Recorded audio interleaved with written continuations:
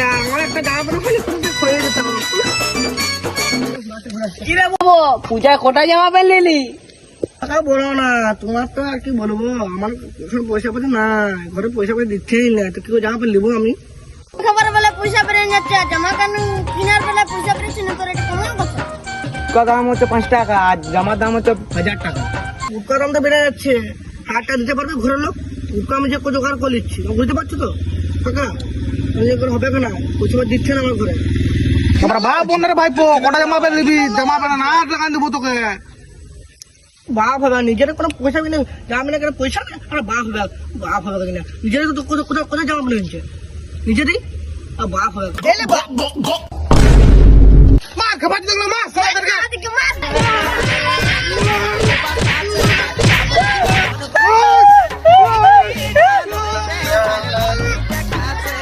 क्या हो रहा भाई?